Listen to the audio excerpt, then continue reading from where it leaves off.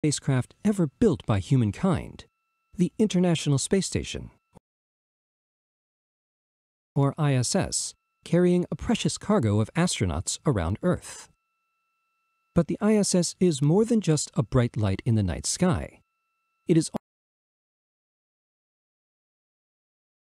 also an out-of-this-world research laboratory. The interior of the ISS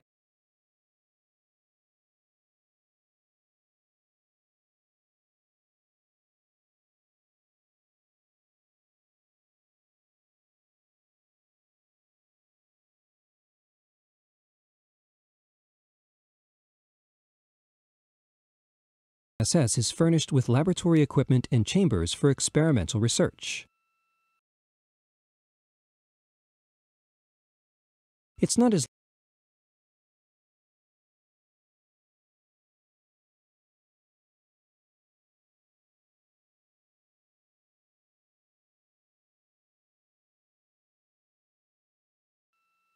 There are 5 major research areas on the ISS.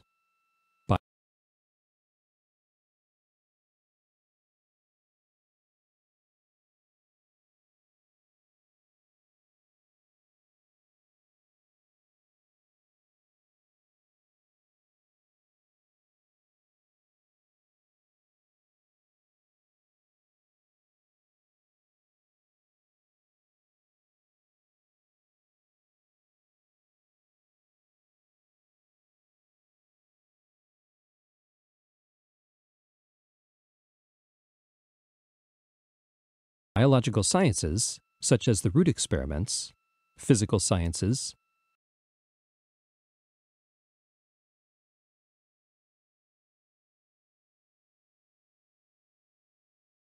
space science and fundamental physics, human research, and earth science. Nugget has favored examples of each. Scientists grow crystals on the station to discover new crystalline forms. Protein crystals grown in small chambers on the station reveal information that helps find new, novel ways to combat disease.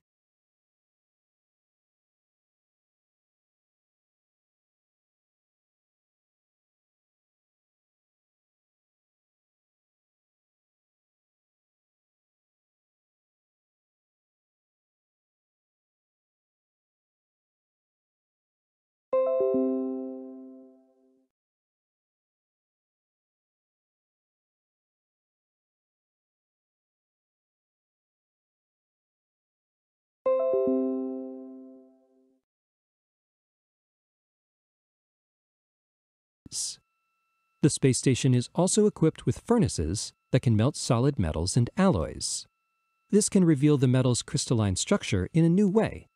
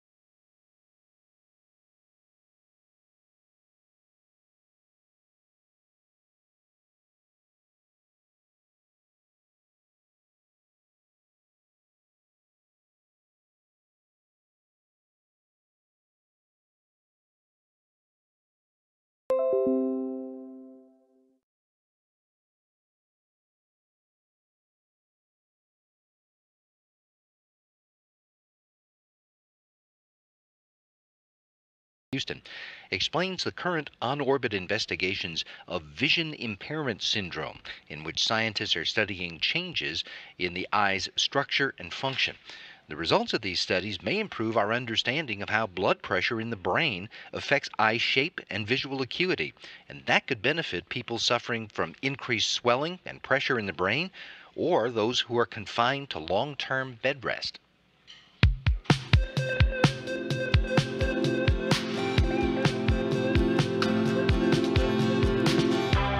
The nice thing about the One Year Twins mission is it brings a lot of high-quality researchers together to look at a very specific problem. It gives us an opportunity to look at the human body in a very detailed fashion that we haven't done before. We're also now looking at this vision impairment syndrome. It's hypothesized to be secondary or as a result of this headward fluid shift that the crew members experience during spaceflight. So we're looking not just at the cardiovascular system in our laboratory, but we're also now looking at the eye itself, how it changes in its structure and its function.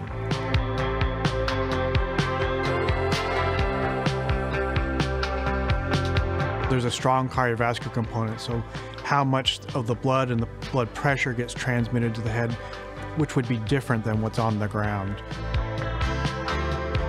The person that goes to see their doctor every day will have a potential benefit from what we learn in looking at our astronauts.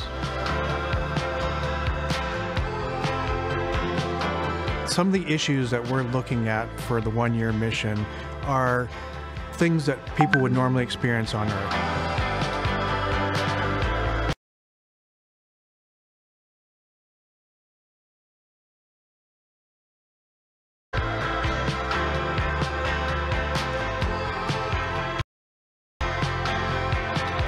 These sorts of physiologic changes or adaptations that we've observed and are observing now are ones that we would expect for people who are on for a 6-month transit mission to Mars. So we always stay busy.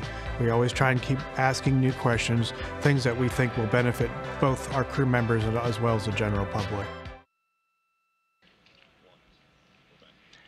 Orbital debris poses a risk to all spacecraft in Earth orbit. The International Space Station is getting a new debris impact sensor to provide information on the micrometeoroid orbital debris environment in low Earth orbit. This space debris sensor will monitor impacts caused by small-scale orbital debris for a period of 2 to 3 years. That's data that'll improve station safety by generating a more accurate estimate of the amount of small-scale debris that can't be tracked from the ground, and helping define better spacecraft shielding requirements.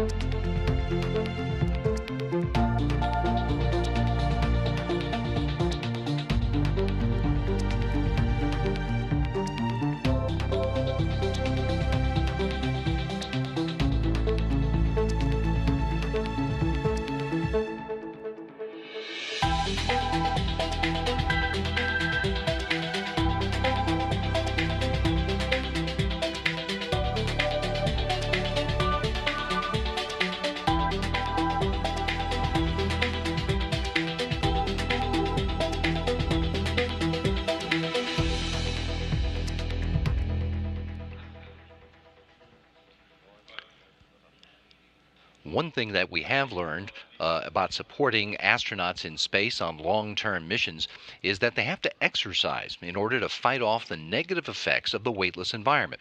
And the International Space Station has become a proving ground for a number of... It's got a vibration isolation system that's actually very cool. As you move on the machine, it isolates any vibrations that we would have away from the structure and protects the science that's going on. And so we have to work out about 2 hours every day in order to maintain our bone and muscle mass. And this is my favorite, the ARED, the resistive exercise. Squat. Sumo.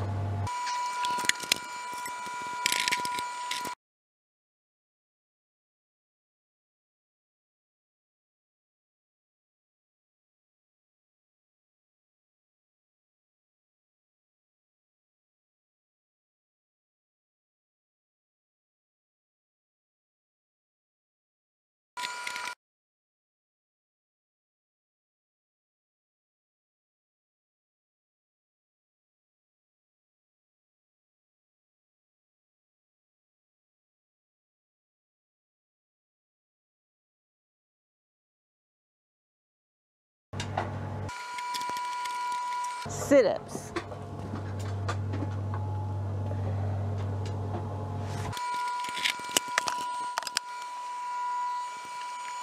Curls.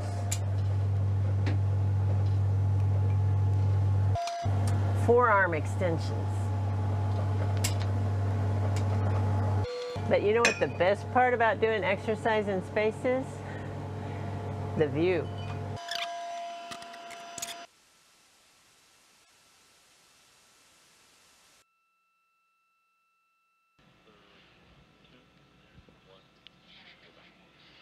Looking out those windows and photographing the Earth is a common pastime for International Space Station crew members, especially when they have time off duty to just stop and stare and take in the panorama of the world moving below them. Last year, astronaut Randy Bresnik made a special mission for himself.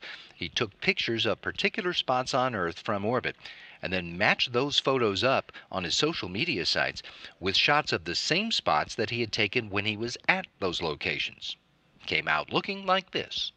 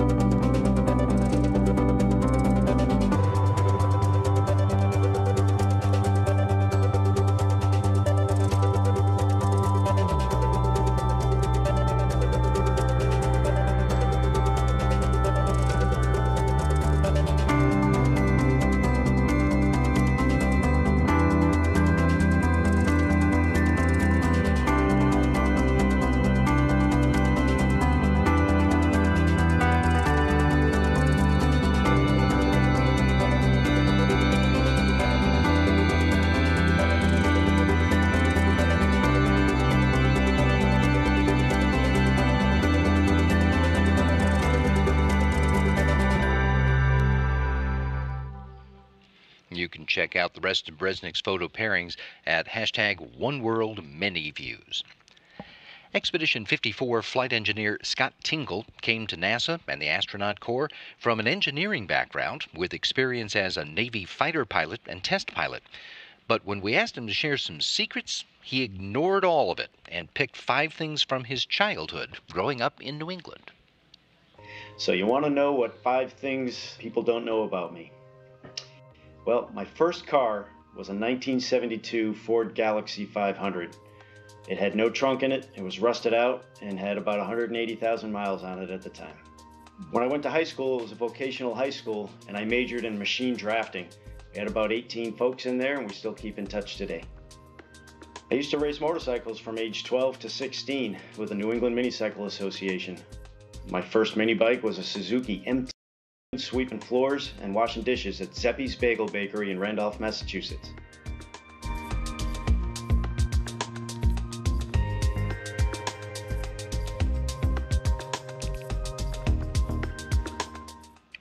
We have a final story today that has nothing to do with human spaceflight, but everything to do with the future of astronomy and space exploration.